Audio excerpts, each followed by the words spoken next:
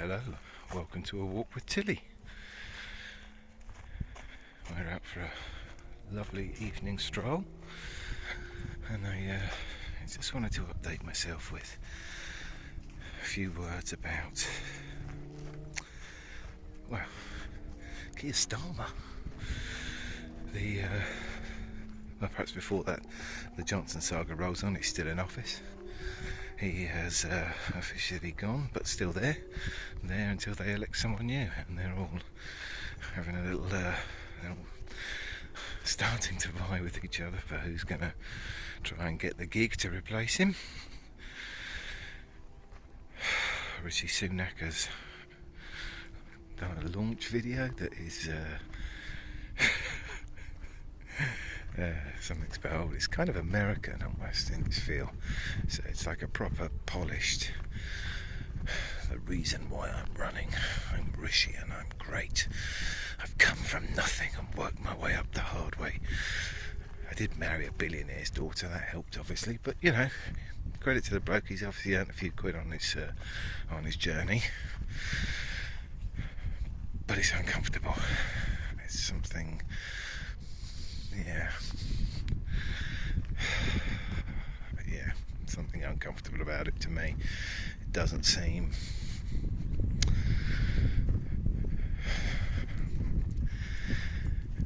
I don't know, I can't put my finger on it, but it just doesn't feel right.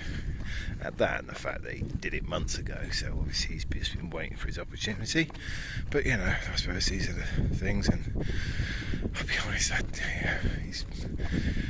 he feels better than Suella Braverman at least.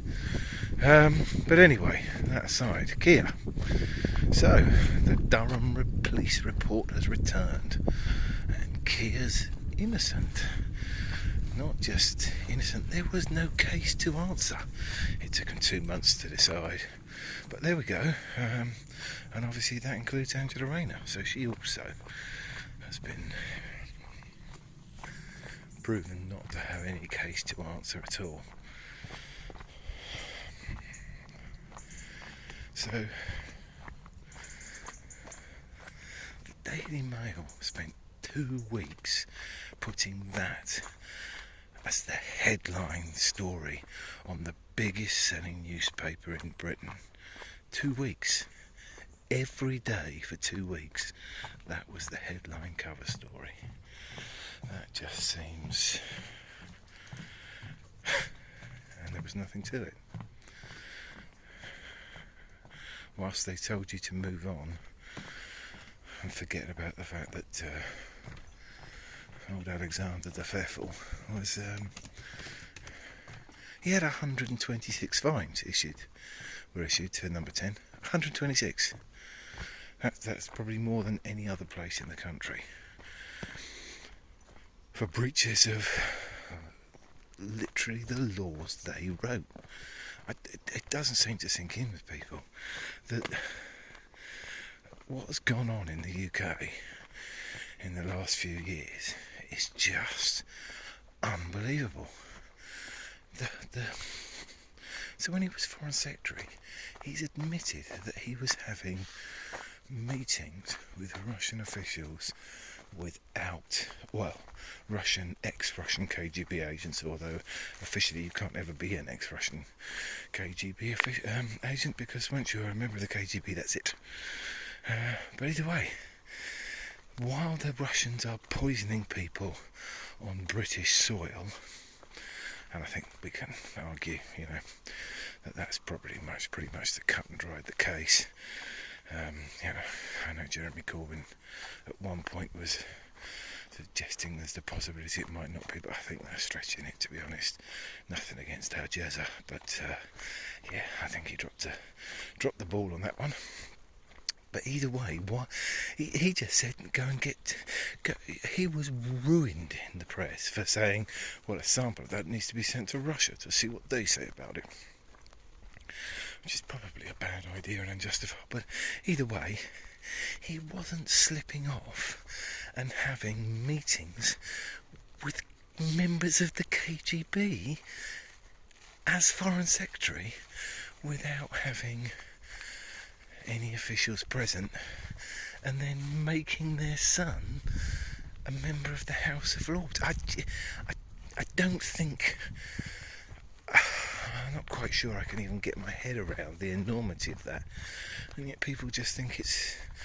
They just act like it's nothing. Surely, and these are the same people that are banding around the word traitor willy-nilly when... I mean, I hesitate to use it, but surely that comes very close to fitting the definition of that word. That would be classed as traitorous behaviour. You don't go and meet. So, evidently, sometimes when there are high-level diplomatic negotiations going on, you will have an official meeting, and then afterwards, occasionally, the senior participants at that meeting will say, look, can we lose the officials? Can we lose the other thing? Let's sit down and can we have a chat without anyone there? Which I guess allows them to speak freely, but everybody knows that's happening. When they do that, all the people in there who are party to that arrangement, all the other officials know that you are going to have that conversation. What Boris Johnson's done, it's nothing like... He slipped off without any of his security detail, without anyone else present, to go and have a chat with a KGB agent. And it's being discussed, it is being mentioned, but he's admitted it. It's like this is just... Perhaps it's me. Perhaps I just don't understand these things, but I'd have thought that was the... So how I put a judgment of these things is I'll say, okay, what if it was... Let's look at it from a partisan point of view and say, okay, so let's say for an argument's sake that Jeremy Corbyn today, without any official capacity whatsoever, went and had a meeting with a KGB agent without anybody there, without telling anybody, at a villa somewhere. Where did Boris do it? I think I'm not actually sure where it was. I think it might have been Italy. But let's say he did it. Let's say Jeremy Corbyn swanned off down to the south of France to a KGB agent's villa. How would that play out? I'm pretty sure that would play out with expulsion from the House of Commons. I think. I don't know, but I just can't see that being talked about as if it's almost nothing. That would seem that...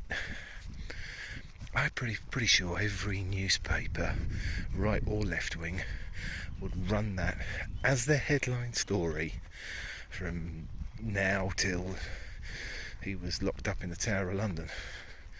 And I'm not a fan of Jeremy Corbyn for other reasons, but not... This is... And they call him... All those pictures there where he had his fur hat on and... And meanwhile, the Foreign Secretary later went on to...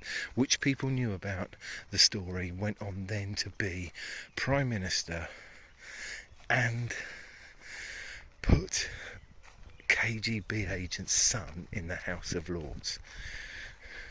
Where is Tilly? Here she comes. Look at this again. It's another beautiful evening. It's just... The weather's just been too stunning. You know, it can never be too happy, but it is getting a little bit... it's a bit of a long while since we've had rain in the UK. That's unusual to say the least. But anyway... Yes, so... That seems weird. Keir Starmer has got no case to answer. Angela Rayner's got no case to answer. But that was pressed by a newspaper. And it doesn't appear like there'll be any price to pay for that newspaper. It seems like they can push that story on the cover of their newspaper for weeks about the leader of Her Majesty's opposition, which proved to be completely unfounded, no case to answer, nothing, no case to answer, then and not have any repercussions? None? No other newspapers are saying, is that not odd? These things are very strange. And we can have the Prime Minister who's, as I've just discussed, having meetings with KGB agents. Teddy, this way. After... Evidently he went to see him again after he became Prime Minister. And has been proven to be a liar about things as... well, just the list is... The Daily Mirror ran 50 things he'd done that were bad. And when I say bad, I mean they are. Like, any one of those would, I'm pretty sure, have brought down most of the politicians. And yet he's allowed to just carry on in office. Basically, he's going because they're going to put someone else in, but he's the caretaker Prime Minister. He's still the Prime Minister. He has lied repeatedly about everything from meeting foreign agents to appointing sex predators that he knew had a history to